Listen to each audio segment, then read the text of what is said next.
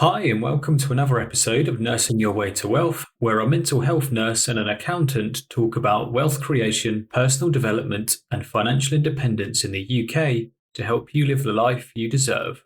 Hello and welcome back. This is episode 80 of Nursing Your Way to Wealth with both Alexes here again.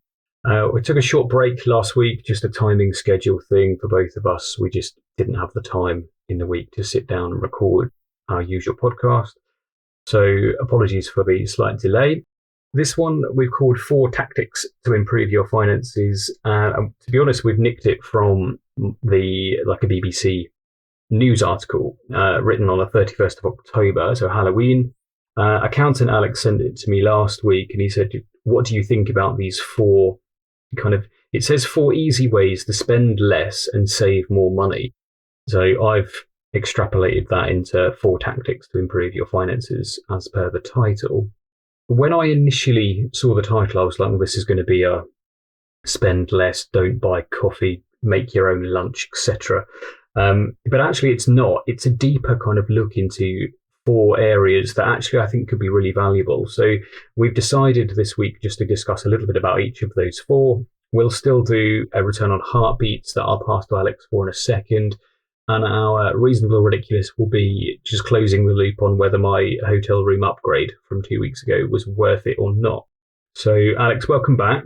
I hope you're well. And I'll pass to you for return on heartbeats for this week. Yeah, hey Alex, and hi everyone. So yeah, just my return on heartbeats, and I think I may have actually had the same one a few episodes ago because we've been recording for so long. But my neighbours that we have, though, they're in their one's in their 80s and one in their late 70s. So they came round on last Friday. Yeah, last Friday. Came round for dinner, so I made them very nice steak dinner, and they brought dessert, and we had a nice catch up, and yeah, very kind of wholesome because they tend not to go out very much, and it was nice to be able to make a nice dinner for them. So that was my return on heartbeats. That's lovely. And last Friday was Halloween, right? Yeah, that's right. And actually, our neighbours at the back of us had a firework display, and so we were able to see some fireworks as well. It was quite So nice. not only did you make your neighbours a lovely dinner, you had entertainment on tap We as did. well. So it was very unexpected, unexpected end to the evening with some nice fireworks. Yeah, but lovely. That sounds great, actually. Lovely for them, nice for you. You get to, I don't know, practice your steak cooking or whatever. Um, and it bodes well to like a nice, conducive evening, doesn't it? To actually people enjoying others' company, enjoying good food with a bonus fireworks. That's it. Yeah. So it was lovely, really nice. Yeah, yeah. What a lovely thing. Um, oh, that's really nice. Right. In terms of the four tactics to improve your finances. I'm just going to bring the article up. Right. The first one, it just says number one, look at when you spend money. Probably could be worded a bit better, but my understanding of that is reflect on when you're spending it in terms of timing. Is that like is it like a early morning thing? Is it an evening thing? Is it a weekend thing? Is it a monthly thing? Something like that. Alex, is that the same understanding that you had when you read it? It is, and I have to be honest, it's not something that I've even thought about before of like timing of spending my money. But actually, when you think of, for me, it was like, when are you, yeah, it's like maybe like what time during the day do you tend to spend, what day of the week do you tend to spend? And like, for example, some people, it might be going out on a lunch break to spend some money, or it might be on maybe on the train home, you are surfing the internet and buy something for like alleviate boredom, or it might be because you're in a good mood and therefore you feel more optimistic and better about the world, and therefore you buy something. And for me, I was having to think back about where I spend my money, and it does tend to be like at weekends.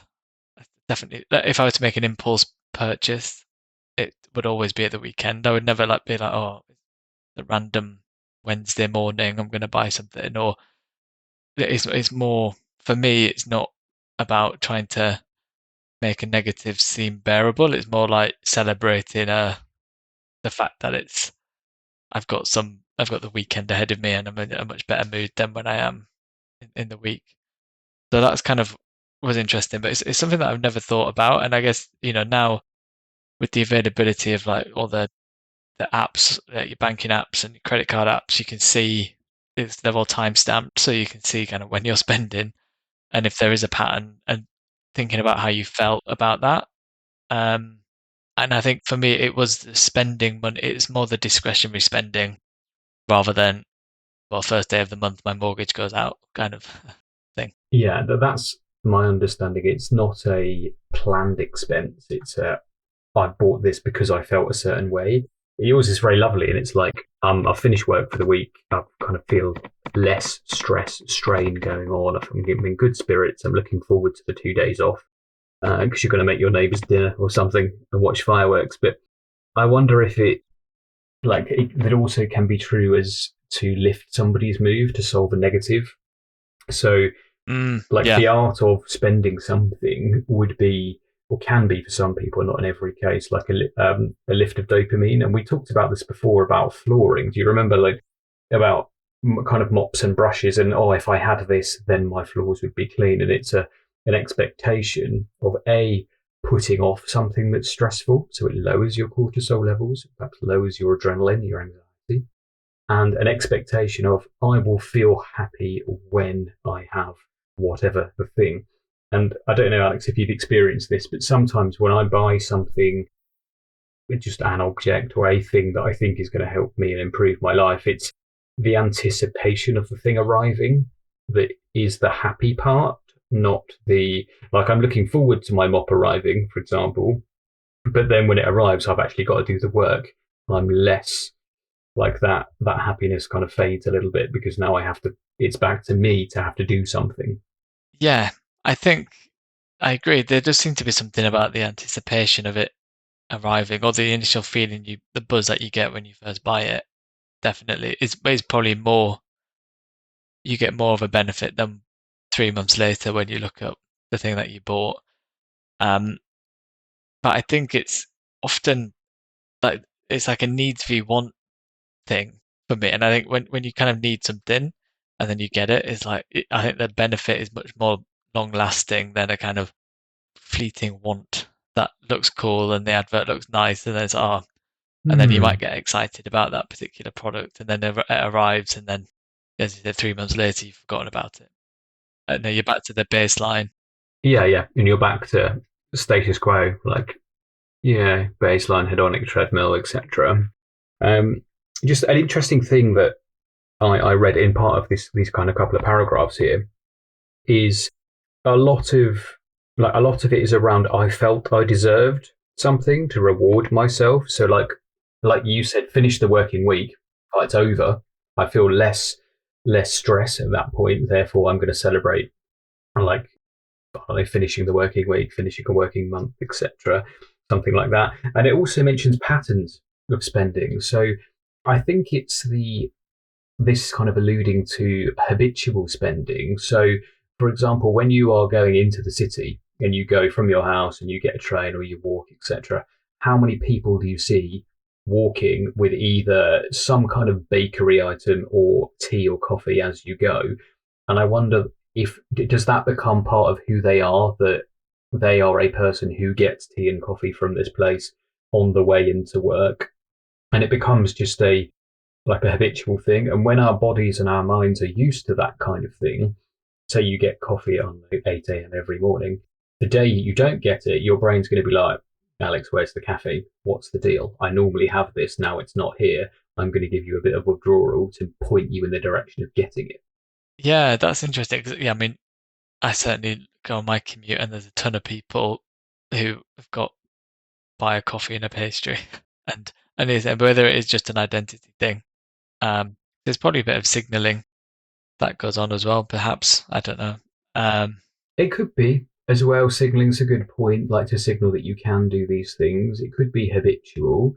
The only other thought I've had on it is somebody might have stayed up too late watching TV or whatever, doing whatever you're doing. And you don't have time to have a breakfast at home or coffee at home because you're going to miss your train. So you've got to run out the door and then you outsource that kind of thing. But I mean, these are, as Ramit Sethi would put it, these are like £5 questions, aren't they? But I think it's not going to move the needle massively.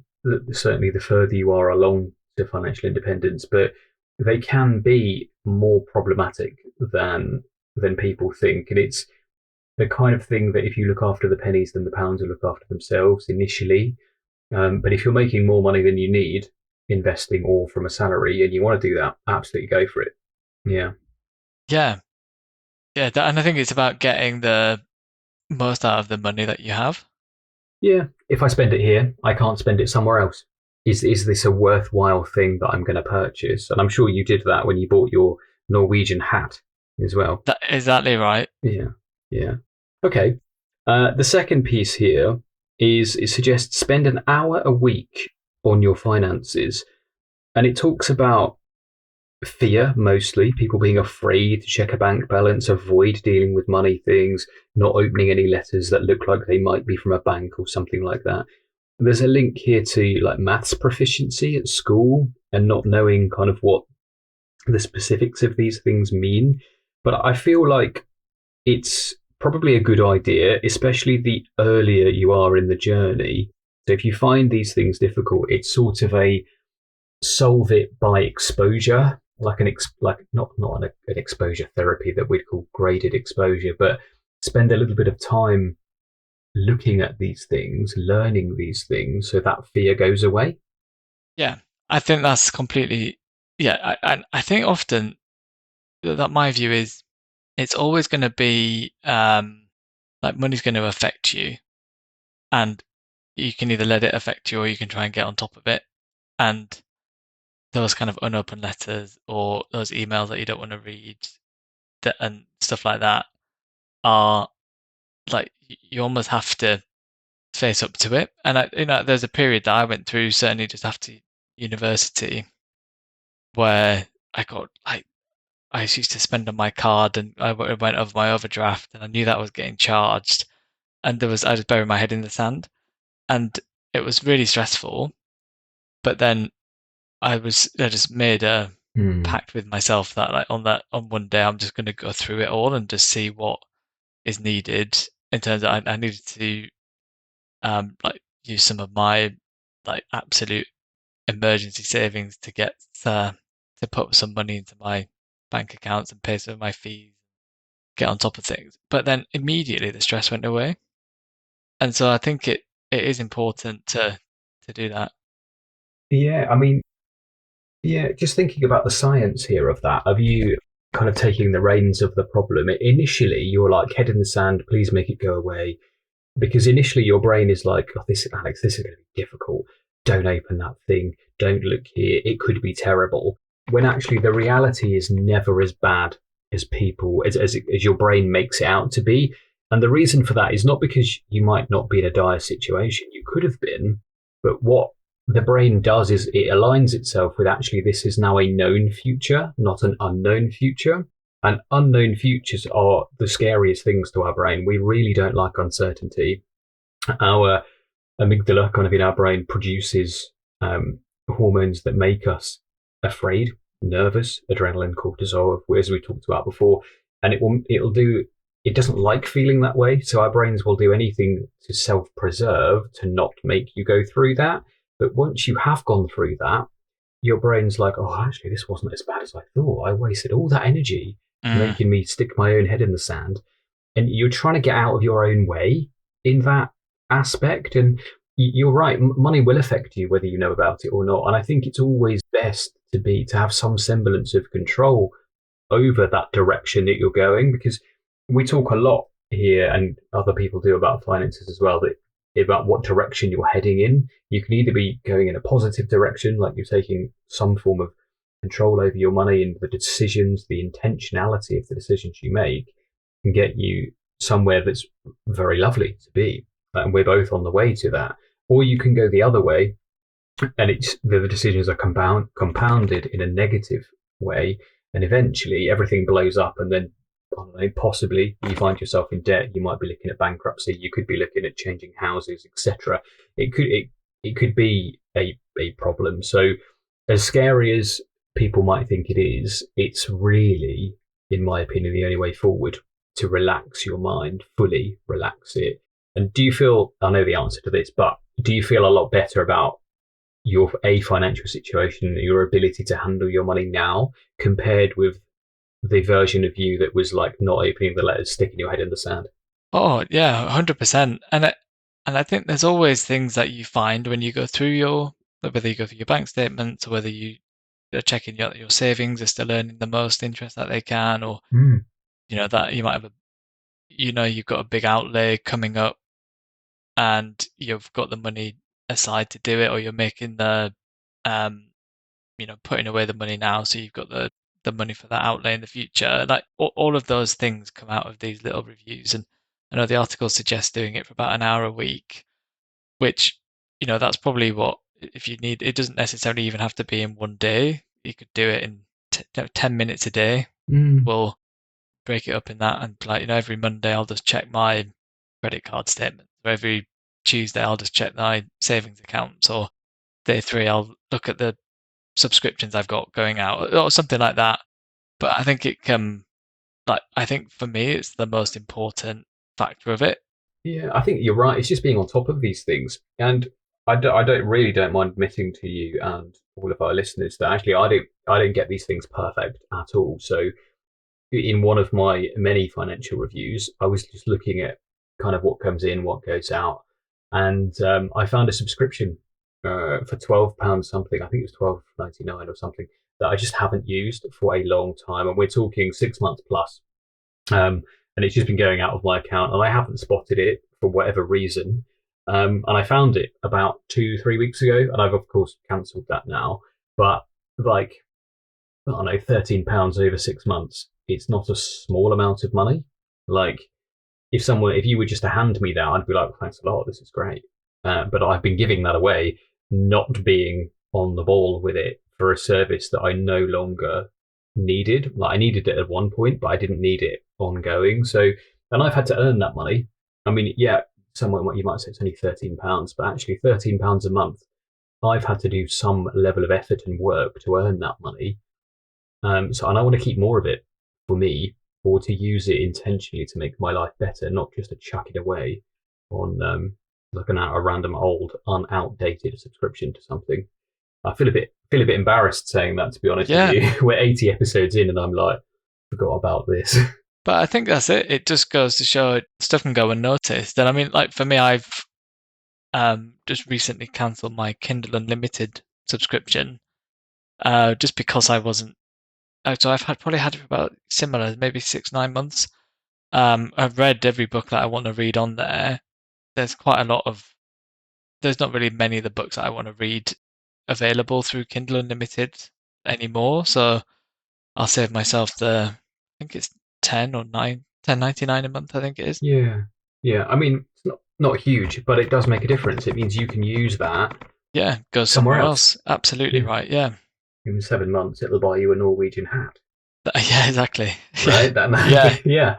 So it's worth doing. Yeah, you can buy like anything you want, but you can't buy everything you want. So use your money in a way that suits. Yeah, that suits you. I do think sometime on finances is a good idea, especially if you're part of a couple. Sit down together, figure this stuff out. Right. Okay. Number three, a little bit around. It says, "Don't let jargon put you off. Ask questions." So it makes perfect sense. I mean, I still ask questions. Alex sometimes asks questions from you about particular monetary related things. Other times I'm forever Googling, what does this word mean? What does this acronym mean? I spent ages not knowing what an ETF was when I first started learning this kind of stuff. Mm. Yeah. And I think a lot of the kind of finance and investment industry is meant to sound quite complex and full of jargon because it then makes it less accessible for people, or people might think it's not for them and therefore seek advice or like have to, pay for advice essentially. And especially now with there's like obviously Google, ChatGPT, other cool AI things, you can get really good succinct explanations of item of something if you're not sure what it is, that it can you shouldn't let it intimidate you if you don't know what something means now. And I think often it can lead to people putting something off or not exploring something in more detail because it's like, well, I don't understand what that means. It's at the surface, and I don't understand at the surface. Everyone never understands what it means, and I'll just ignore it. Whereas actually, some of these things can be really important. So being curious about these things. Yeah, I mean, asking questions, right, and looking up information. Like, we're a source of information. There are loads of podcasts and stuff out there around that kind of thing. And you can simply Google a question and you're most likely to find an answer about it. But I mean, be a little bit cautious of where you get your information from. I would say, like, Money Saving Expert or a finance focused website, probably a better idea than getting it from Reddit or Facebook, um, in terms of how to approach things, etc. Like, no one cares more about your money than you. So do some diligence, do some research. But at the same time, like, there was a time in my life, and Alex, a time in yours, when you didn't know many things about money to the depth that you know them now, and to the depth that I know them now. We've had to learn these things. And part of the idea of this pod is to consolidate a lot of that, so you don't have to read all of the combined books that Alex and I have read, and you don't have to go through all of these kind of lessons really in life. We can simplify them and put them out into the world for free, and you can listen and listen back, and you can ask us any questions as well. Email us, as we always say, and we'll come back to you with some form of answer, which won't be financial advice, but it'll be just our thoughts on whatever you've posed. Yeah, I think that completely. And I'd love to hear from anybody with any questions. But yeah, I think I read somewhere there was a quote, and I can't remember exactly who said it, but it was something about like knowledge pays the biggest dividends, and like knowledge also compounds, not just money. And that's exactly, you don't just have all the knowledge for you and me, Alex. We've been, you know, constantly learning through, I guess, theory and practice about how these things work and learning about money and these systems for years and years and years now, that it's almost compounded to become a very valuable asset. And I can 100% say it's paying dividends, both, financial and Literal. no, yeah. And you know, it is important to get on top of these things. And you don't, it's not like you need to know 100% of everything to make the right choice. You can know 50% of a topic, or even just knowing what certain acronyms mean. Even real basics around, like, the reason I started learning investing and things like that is I was tired of working so many hours to not be making any progress. So one of the earliest things I did was Google, how do I make money whilst I sleep? This was back when I was 29, Mm, maybe 30, something like that. Um, and I read a little bit about, I think that was the catalyst, reading about investing, and then Mr. Money Mustache's articles and things, because I just felt like I was slogging my mm, guts out, working all the hours under the sun and not making much progress. And now, if you told me when I was 27, 25, or something like that, that I'd be where I am now at 37, I would have, like, snapped your hand off. And it's compounded behavior plus yeah, knowledge has led us, me and also you, to this stage, and everyone else who's actively involved with managing their finances. yeah. And it definitely, it. I think I'm certainly at that stage now where I've got to a point where I can definitely kind of not see the end goal yet, but I'm definitely more than halfway there to achieving it. And it really changes your mindset on things. And like this week, last week, Amazon announced a whole bunch of layoffs across the company. I think it's like 14,000 people getting laid off. I think there's 300,000 people in the departments that would be affected. Um, but it's like, honestly, and you can feel the sense of people being stressed and caged up and in the office. But it's like, oh, that'd just be annoying. It wouldn't be, oh my God, I'm going to lose my house and how am I going to feed my kids and put them through school and how can I make my car payment and it was just like be a little bit annoying if that happened. It's an inconvenience, isn't it, rather than a Exactly. calamity? Yeah. And actually, you don't. I didn't know that it's 14,000 people of like 300,000. The headlines just say 40% of Yeah, yeah, a huge number being laid out. I suppose it's marketing and getting people to click the link actually, but you can see it in all walks of life. yeah. Not a similar example to you, but I was in the supermarket the other day on Saturday, I think, or possibly Sunday, I don't know. And I overheard a chap on the phone rang someone and he said, I need you to put some money in my bank, otherwise I'm walking out of this shop with nothing. And he had a full basket full of, I don't know, items from the store. And I was like, actually, that's crazy to me to overhear something like that. Mm. And for you to hear and absorb a little bit of the tension, perhaps the stress. I wonder if it'd be nice if we could measure their cortisol levels of people in that office when they're worrying about these particular things. And I sometimes think that actually, if you had taken some of the reins here with your finances, because you can, it's doable. We're proof of that. Many other people are proof of that. Would you still feel the same? Yeah, I highly doubt it Probably not. because I've been Yeah. like Yeah. every company I've worked at, basically every other year that I've been in the company, there's been layoffs. It's just a part and parcel of business. Fortunately, never been at the other end of it, but it's you can feel it and you can feel the sense of panic. But I think quite early on in my career, I then knew that these aren't jobs for life, and you are very dispensable, and therefore you need to, similar to Mm. you, really, like having that independent source of income. So it's like, oh, well, that's annoying if you're gonna lay me off, but I'm not. I can last for years and years and years without having a job. So Yeah. Not beholden to you. I've sorted my own safety raft out, my own life raft out. I'm not that's right. beholden Yeah, to it. It's interesting you say that layoffs are not, you didn't say mandatory, but they're expected or something. Um, within, I think it's just part and parcel of business where yeah. as things move on, there's divisions that you don't need anymore, and roles that you don't need, and Mm. yeah, honestly, I've been through so many. I can't. Yeah, I would say at least five, if not Wow. between 5 and 10, where you hear of consultations happening and Yeah. downsizing and not backfilling people and all this kind of Mm. thing. It's normal. Is it? Yeah. I've never experienced the redundancies through work. Obviously, most of my Mm. jobs are health related, right? NHS or charities, etc.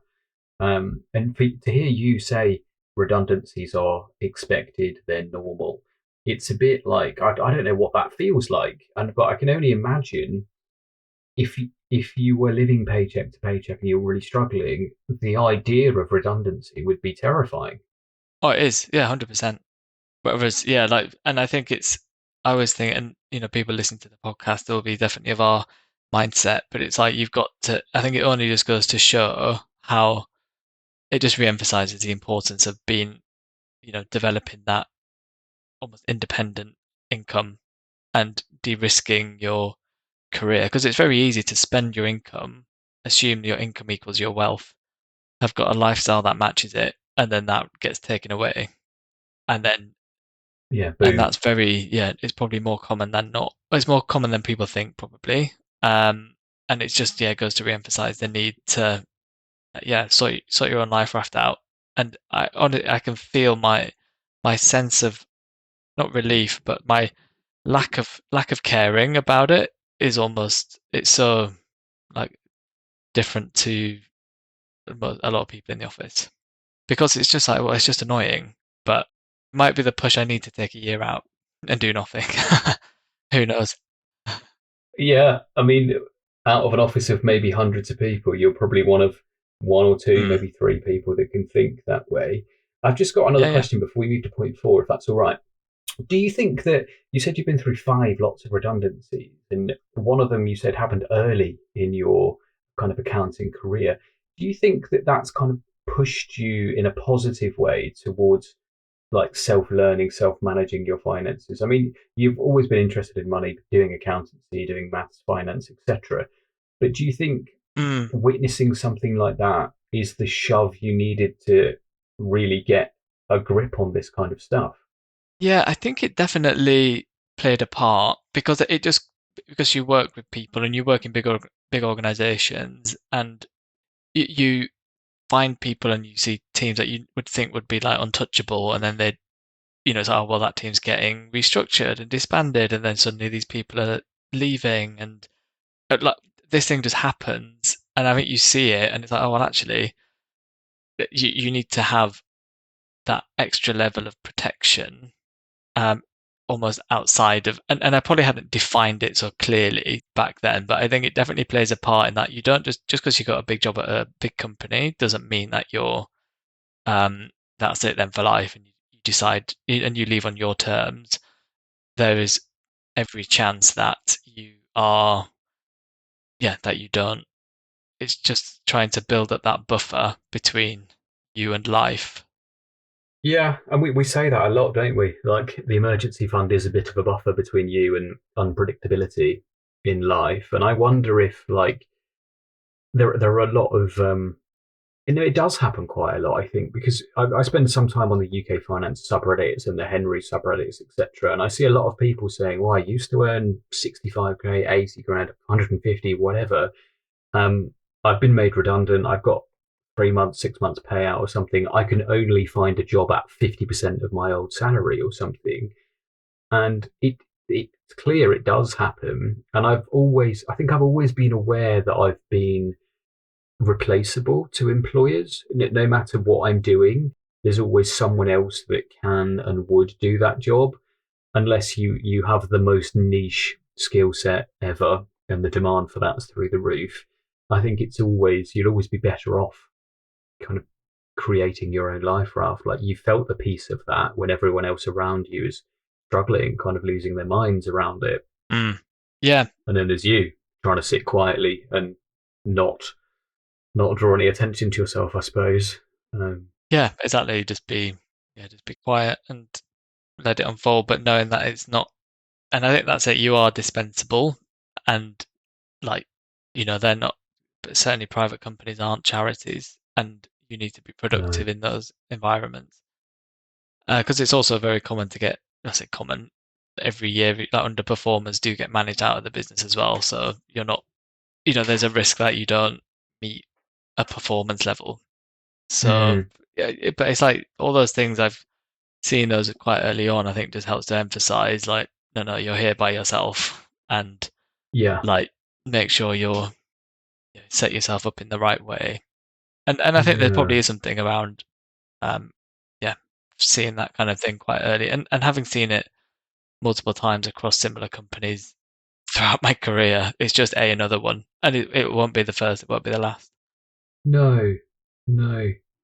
Yeah, it's interesting. And just last thing before we move to point four, but there's another link here around. Last week we spoke about Morgan Housel's book, The Art of Spending Money, and I've finished that now, and it's very good, and I'd recommend it. But there's a theme running throughout that book that all behavior makes sense with enough information, and you going through that and seeing it happen to other people, it makes sense. Like your monetary decisions and your monetary behavior now makes sense after going through that. And I don't know if you've ever listened to it, but there's another US focused finance and independence podcast called Choose FI with a chap called Brad and Jonathan, but mostly Brad now.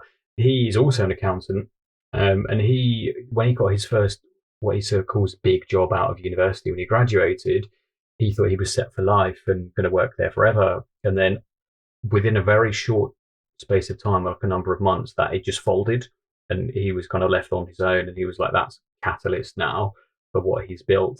And he's definitely on the side of peace, the same as you. Mm. Yeah, I think I have. I've read a couple of them. Is he the guy that's now he's an accountant, but then was now a financial advisor, and is him and Uh, another financial advisor? Might be different. I might be thinking of something else. I think it's a different thing. Okay. Either Um, way, oh, I know which one you mean. Yeah, yeah. yeah, either There's way, it's a another one similar I'm thing, thinking though, of. isn't it? Yes. So it just means what you're saying happens globally, not just in England. Yeah, Um, yeah, absolutely. yeah. Okay. We've been on that point a little bit, so I'm just going to wake my phone back up and have a quick look at this point four. So, point four on this BBC article. Yeah. Yeah, on point four, so it's all about building that freedom fund, and I think and it's point 4 is about setting up a freedom fund. And I think from reading their point, it's basically your emergency fund. And I think we've probably covered that in the last conversation quite a lot. But I think starting to build up that emergency fund, get that in place, is so vital. Yeah, it's vital to your peace, isn't it? Like, it's you being peaceful when everyone else around you is panicking. Like, peace over panic, peace over pressure. The other thing I read in these kind of couple of paragraphs is it's a freedom fund is money designed to make you happier. So in a way that's made you happier having that, because you don't have to worry. It's not making you intrinsically happy. It's you not feeling negative emotions, like you're not feeling the stress, the worry, the anxiety, the having to explain that to your family, perhaps your wife, your husband, etc. Yeah, I think that's a good point, because it's almost the avoidance of, you get happiness by avoiding difficult situations. Yeah, the opposite of that, isn't it? It's a removal of a negative feeling can be a positive, whereas it doesn't have to just be a pure positive without the other half. Yeah. Okay. Is there anything else you'd like to mention about freedom funds, etc.? No, I think that's probably because we've covered quite a lot on the like other podcasts as well, just on the emergency fund, and I think it just covers it. But I think it's, as always, it comes up time and time again for a reason. Yeah. Yeah, because it makes sense, doesn't it? And it's an ongoing thing in kind of our world and other people's worlds. Okay. Um, no, I really like that, and thank you for sending me the article. If you read anything more like that, please send it my way. The only other thing I'll mention before we close the loop on a reasonable or ridiculous is there's a really good book called Money on Your Mind by Vicky Brainall. She is like a money psychologist. I learned a lot about like thinking about my own money habits and where they might have come from, and digging into kind of other people's psychology around money is yeah, it's a good one to look out for. There's a podcast episode with Damien Talks Money and her as well, so that's a very good insight into that. So yeah, to close the loop on last week's reasonable or ridiculous. Was my hotel room worth the upgrade? So it was 30 quid on top of what we originally paid for the hotel, which I think was about £120 or something like that. So it's a little bit extra. Mixed on it. My wife says no, not worth it. I thought yes, it was worth it. It just gave us a little bit of extra space to keep our suitcases, our stuff for our dog bed, etc. I think we would have found it a bit tight without it. So I'm definitely on the would spend it again camp. Whereas I think if my wife books the hotel, she would be on the don't spend it again side. Yeah, interesting. Do you often have different opinions on them, or was it just this one?